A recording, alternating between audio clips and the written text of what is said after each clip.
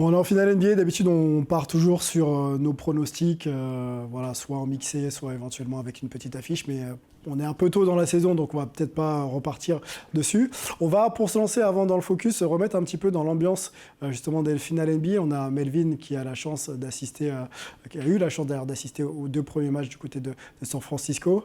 On va se mettre un petit peu dans la peau de Melvin, donc ambiance Media Day plus Game 1 dans les travées du Chase Center. Vous verrez, c'est quasiment un centre commercial d'ailleurs tout ça.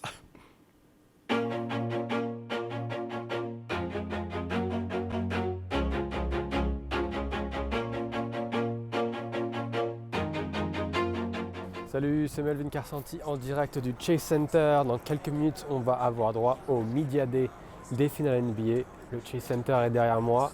C'est pas encore prêt, mais on y est presque. On a le petit trône des Splash Brothers. And here we go. Nous sommes dans les entrailles du Chase Center qui sont aux couleurs, comme vous le voyez, des NBA Finals avec le logo. L'entraînement, l'accès à l'entraînement des Celtics vient de se terminer. Et vous voyez, les médias du monde entier sont là et commencent à travailler. On est juste à côté du vestiaire des Celtics. Vous avez ici, là où les Celtics vont venir pour leur interview. La salle de conférence avec Yellow Zone, Green Zone, ce sont les différentes Blue Zones, les différentes zones d'accès pour les médias, pour les gens qui travaillent au Chase Center. Et voilà, un rendez-vous pour le Game 1.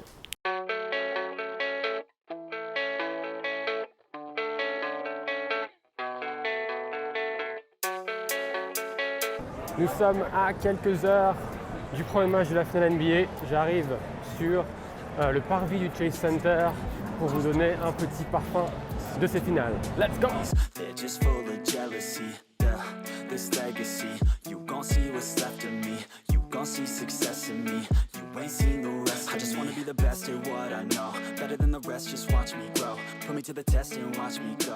Bienvenue dans les entrailles du Chase Center. Nous sommes 40 minutes avant le Game 1 de ces finales NBA et on va vous faire visiter le Chase Center et vous donner un peu l'ambiance avant le début de ces finales. C'est parti!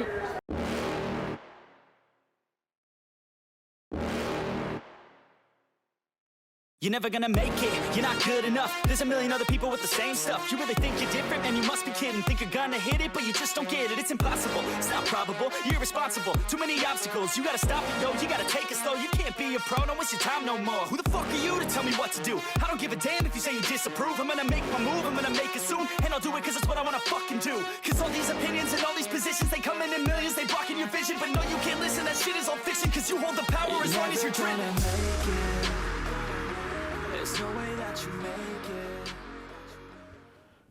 Dans l'ambiance des finales NBA by Melvin Carsanti, big up aux lunettes de Melvin, hein, elles étaient pas mal, j'ai beaucoup aimé Melvin. Allons tout de suite sur le focus, on a beaucoup de choses à dire. Un partout dans la série, premier match remporté aux Warriors par les Celtics de Boston, 120-108 et égalisation, donc un partout je le disais, et une victoire donc des Warriors 107-88 dans un match plutôt maîtrisé, voilà un petit peu pour les cartons. On revient tout de suite sur le match 1. On va le faire un petit peu comme on l'avait fait par rapport à nos previews des finales NBA. On va se focaliser sur les performances des coachs, sur les performances des stars identifiées. Il y en a peut-être d'autres justement qui ont performé. C'est là que je veux vous écouter, messieurs, dames. Et puis, on fera aussi un point sur la performance du 5 de départ et bien sûr du banc mélangé. On donne la main peut-être à Raphaël pour commencer. Un partout dans la série. Ime Udoka, on a dit que première expérience de coach, première finale NBA. On le sentait peut-être, on disait peut-être un peu moins expérimenté. Comment tu l'as trouvé sur ces 2 matchs? Lui, je pense qu'il a fait plus ou moins le boulot, même si après, je vais voir combien de temps il a forcé avec 2 grands. Parce que je trouve que défensivement, ça les a parfois pénalisés. On a vu, par exemple, au match 2 et même au match 1, le coup de chaud de Steph Curry, souvent, c'est parce qu'on ne monte pas assez haut sur les écrans. Alors qu'en switchant, finalement, ça résout un peu ces problèmes-là. Deuxième match, pareil, le moment de bascule. On a Daniel Theis à un moment donné qui est trop bas sur pick and roll, hop, 3 points. Donc je vais voir comment il va s'adapter. Mais sinon, dans l'ensemble, je trouve qu'il fait le boulot. C'est pas directement là-dessus que ça s'est joué. Ce qui m'inquiétait un peu sur Steph Curry, c'est que dans un match serré, on l'a vu au match 1, il a du mal à maintenir l'effort, j'ai envie de dire. Parce qu'une fois qu'il est tenu de près et qu'on s'adapte comme il faut, c'est compliqué. Et ce qui m'inquiète du côté des Celtics, c'est que pour moi, il y a une forme de relâchement. C'est-à-dire qu'ils font un très bon début de deuxième match. Et je pense qu'ils sentent un peu arriver. Et derrière, ça se voit au niveau des choix en attaque. Ça prend des shoots un peu moins intelligents, j'ai envie de dire. Ça défend un peu moins dur. On a dit utiliser armement défensif sur 2-3 choix de pick and roll, etc. Et on voit que l'expérience des Warriors dont je parlais, c'est pour ça que je les vois en 7 matchs, c'est que on redonne une petite goutte de sang et les mecs, c'est parti. C'est parti, la machine s'est mise en route. Et derrière, c'est dur de rattraper. Premier match, ils ont eu une adresse insolente à 3 points derrière carton, mais ce n'est pas quelque chose qu'on peut soutenir tout le temps. Ce qui me rassure avec les Celtics, c'est leur défense quand ils s'y mettent vraiment. C'est qu'avec des mecs comme Tatum ou Brown, parce que pareil, je pense que les fautes de Brown en début de deuxième match pénalisent grandement l'équipe, parce que pour moi, c'est la différence avec les Warriors, c'est que le lieutenant côté Boston Celtics est beaucoup plus solide. Ouais. C'est des joueurs qui peuvent et agresser et shooter, alors que les Warriors dépendent quand même vachement du collectif.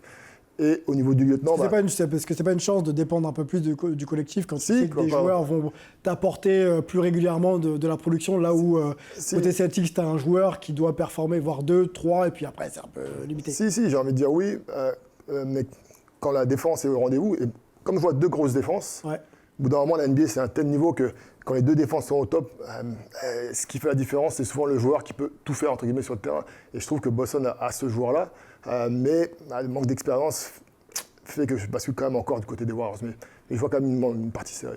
Là où, qu'est-ce qui fait la bascule entre le match 1 et 2 on a vu les stars, Steph Curry et Draymond Green, dire bon, le match 2, ça ne va pas se passer comme ça, on va se mettre au niveau.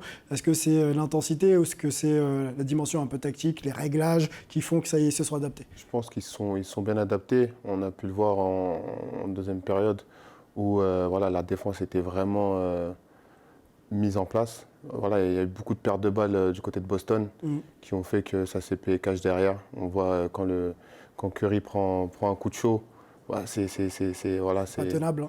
intenable. Et non, après, ils ont bien maîtrisé le sujet. Dès qu'ils ont fait l'écart, pour Boston, c'était compliqué de revenir. On a vu qu'au premier match, ils avaient fait une remontada un peu Boston, mais là, c'était impossible. Ouais. Je pense qu'ils étaient vraiment déterminés et ils savaient où ils avaient pêché le premier match. Mais, Je vais juste rebondir. Vas-y. Après, parce que je parle trop, donc après... Et ensuite, ce sera Melvin. Mais, les pertes de balles, c'est très important ce qu'il a dit, parce qu'on parle du collectif des Warriors. Pour moi, Boston a montré qu'il pouvait défendre ce collectif lors du match 1. Mais par contre, pour moi, c'est Boston qui a pu se tirer des balles dans le pied avec ses pertes de balles, parce qu'en jeu de transition, par contre, les Warriors, après, c'est intenable. Et c'est ce qui a fait... Mais vous, les anciens pros ou les pros encore, quand on défend fort, est-ce qu'on ne laisse pas aussi un peu de gomme et la lucidité pour jouer en attaque est un peu différente? Ouais, mais ils ont les cannes pour ça, ils sont jeunes. Je suis pas trop d'accord dans le sens de dire que, attention, Boston fait un hold-up parce que c'est pas parce qu'ils étaient trop forts et que derrière ils vont arracher le match. Je reste persuadé que c'est parce que les Golden State, à un moment donné, ils se sont relâchés. Ils se sont relâchés, donc ça a donné place, entre guillemets, à un espoir et ils sont revenus par rapport à ça. Parce que physiquement plongé ou parce ça n'a rien à voir avec le physique. Attendez, on parle de joueurs qui, on parle de quand même. L'élite de l'élite. On va pas parler de fatigue aujourd'hui. Ils sont prêts. C'est des joueurs qui sont habitués à ça. Ils sont entraînés pour ça. C'est pas aujourd'hui qu'on va parler du fatigue, surtout pas au premier match. Moi, je pense qu'ils relâchent. Le deuxième match, ça a été, les pertes de balles sont dues à l'intensité agressive des Warriors. Des deux. Aussi Les deux parties, c'est vrai. Mais entre mauvaises guillemets, choses. tu peux voir le niveau. Il y a un niveau dessus entre les. Et quand les Warriors se mettent vraiment à jouer, ils arrivent déterminés, ils lâchent rien. Quand Steph Curry va s'asseoir au 4e quart-temps, c'est bien parce que entre guillemets, le match est plié. Et il y a plus... Allons voir Melvin parce que Melvin a eu la chance de. Moi là-bas à Boston. Melvin a eu la chance de voir les deux matchs. Sur l'intensité, justement, Melvin, bien sûr, les adaptations tactiques, mais moi, j'ai entendu un peu le confrère américain dire que les Warriors étaient fatigués très tôt dans le premier match. Là, ils se sont adaptés clairement dans le deuxième. Moi, je ne les ai pas sentis fatigués non plus. Toi, sur l'intensité, sur ce que tu as vu un peu, comment tu as senti les deux équipes? Ouais, alors je suis d'accord avec toi et je pense pas que les Warriors étaient fatigués du tout. L'intensité, honnêtement, ça a été, c'était exceptionnel. Il n'y a pas eu de round d'observation comme il peut y avoir des fois sur les matchs 1. Les deux équipes sont rentrées dans cette finale, mais pied au plancher. Même le Chase Center, qui continue un peu d'essayer de trouver son identité pendant les playoffs, ça a été le feu lors de ces deux premiers matchs. Pour moi, au niveau stratégique, pour moi, il y a eu deux erreurs pour les Warriors dans le Game 1. Le premier a été au niveau stratégique, c'est-à-dire avoir Draymond Green sur Al Horford. On sait que Draymond Green aime venir aider. Et par exemple, contre Dallas, ils ne l'ont pas mis sur Maxi Kleber, qui est aussi un intérieur shooter. Ils l'avaient mis sur Jalen Brunson, qui joue en 1 contre 1. Et je pense que c'est ça qui a permis un peu à Horford d'être en réussite parce que Green est venu aider un peu trop loin souvent et c'est lui ouvert des tirs à 3 points. Et puis après, je pense qu'ils le perdent le match 1 sur les 3 premières minutes du dernier quart-temps où Steph Curry est sur le banc pour souffler un tout petit peu. Et là, on a Jordan Poole et Klay Thompson qui forcent. Il y a 5 possessions vides et ça change complètement le momentum de ce match. Et après, Boston décolle et c'était fini. Dans le match 2, on a vu un Draymond Green qui a donné le ton d'entrée de jeu sur la première possession. Si vous avez vu le match, il est très très haut sur Horford. Il va lui prendre la balle dans les mains. Il provoque un entre-deux et ils font un stop derrière. Et après, ça a été comme ça. Non, mais tout le match, il a été à la limite, j'ai envie de dire, du légal ou de l'expulsion. Mais tout le monde a suivi derrière. Et puis, juste un mot sur Steph. Il est d'une On y va justesse justement dans ce sur final, les performances individuelles. Allons-y, tu peux commencer par Steph justement. Ouais. Alors, Raph disait il a perdu un peu, il n'était pas top dans le 4e quart-temps. Je pense que quand il revient sur le terrain, le mal est déjà fait et c'est un peu trop tard. Mais dans le match 2, je l'ai trouvé absolument exceptionnel. Quand on sait cette défense de Boston, en vrai, c'est exceptionnel. Quand ils sont plus petits, quand ils switchent tout, il n'y a que Steph qui peut faire la différence. Et il le fait avec une justesse. Il sait lire les aides, il ne force pas. Pour moi, ça a été un chef-d'œuvre ce match 2. Est-ce qu'il n'est pas un peu trop seul, Melvin ? Est-ce qu'il n'est pas un peu trop seul, ses performances, on vient de voir les chiffres. Est-ce qu'il ne va pas falloir quand même qu'un Klay Thompson devienne régulier ? Je ne te pose pas la question, je la pose à Laou qui a l'air de... C'est une très bonne question. Ouais. C'est une très bonne question. Franchement, à voir. Est-ce qu'il va pouvoir tenir 6-7 matchs comme ça ? Ah, ça va être compliqué. Hein. Okay. Ça va être compliqué, je pense. Il va falloir qu'un Poole ou un Klay Thompson puisse... Bien sûr, faut que... Au niveau des statistiques, puisse être présent, quoi. Ouais, je pense. Ok, allons sur Jason Tatum. Les performances, je pense que c'est l'autre joueur leader identifié du côté des Celtics, même si Al Horford a fait fort au premier match. Voilà, on voit les stats de Tatum, 12 points, 13 passes, 5 rebonds, ça c'est le premier match. Hein. Donc plus playmaker que finisseur. Très maladroit, je crois qu'il y a 3 sur 17 au tir sur ce premier match. Et le deuxième, il redresse un peu plus la barre avec 28 points, ça s'affiche. Ouais, c'est ça, 28 points, 3 passes, 6 rebonds. Antoine, Jason Tatum, que tu vois un peu du côté est des États-Unis, est-ce qu'il a vraiment lancé sa finale NBA ou est-ce qu'on en attend un peu plus ? Il n'a pas vraiment pris le jeu à son compte, il n'a pas pris un match à son compte, il n'a pas encore réussi à vraiment peser. On a quand même 2 matchs qui sont passés.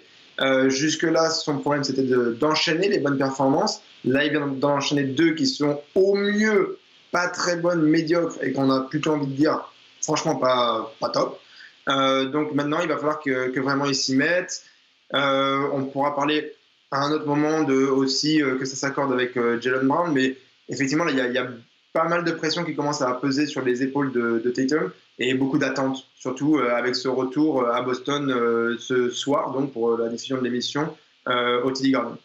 Allez, un petit mot avec vous tous rapidement, parce que le temps tourne sur le banc, mais on va dire un élément du banc identifié comme Factor X qui pourrait justement apporter quelque chose et puis faire changer la série dans les matchs 3, 4, 5, voire 6 et 7. Pour toi, Raph ? Jordan Poole, moi j'ai envie de dire. C'est vrai qu'on en parlait tout à l'heure, Klay Thompson pour moi est encore un peu juste pour être vraiment ce lieutenant.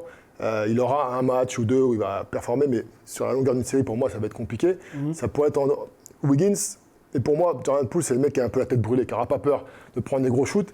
Mais le problème, c'est qu'il a dû prendre un peu de recul sur l'équipe avec le retour de tous les blessés. Ouais. Et on voit qu'il a du mal à trouver sa place. Et aujourd'hui, il est un peu sous-exploité à mon sens. Et du coup, soit il veut venir et briller un peu trop vite, ou soit il fait avec les miettes, comme le dernier match. Au bout d'un moment, il faut qu'il marque du milieu de terrain, etc. pour faire un match performant. Parce que même la série d'avant, face à Dallas, où il est très efficace, à 75% de réussite. C'est les joueurs qui ont besoin de marquer, quoi. C'est ça, peu importe avoir plus de ballons. C'est-à-dire que même la série d'avant, où il tourne finalement à 15 ou 17 points, enfin je ne sais plus exactement les stats, mais à 75% de réussite, il fait sur un tout petit volume de shoot.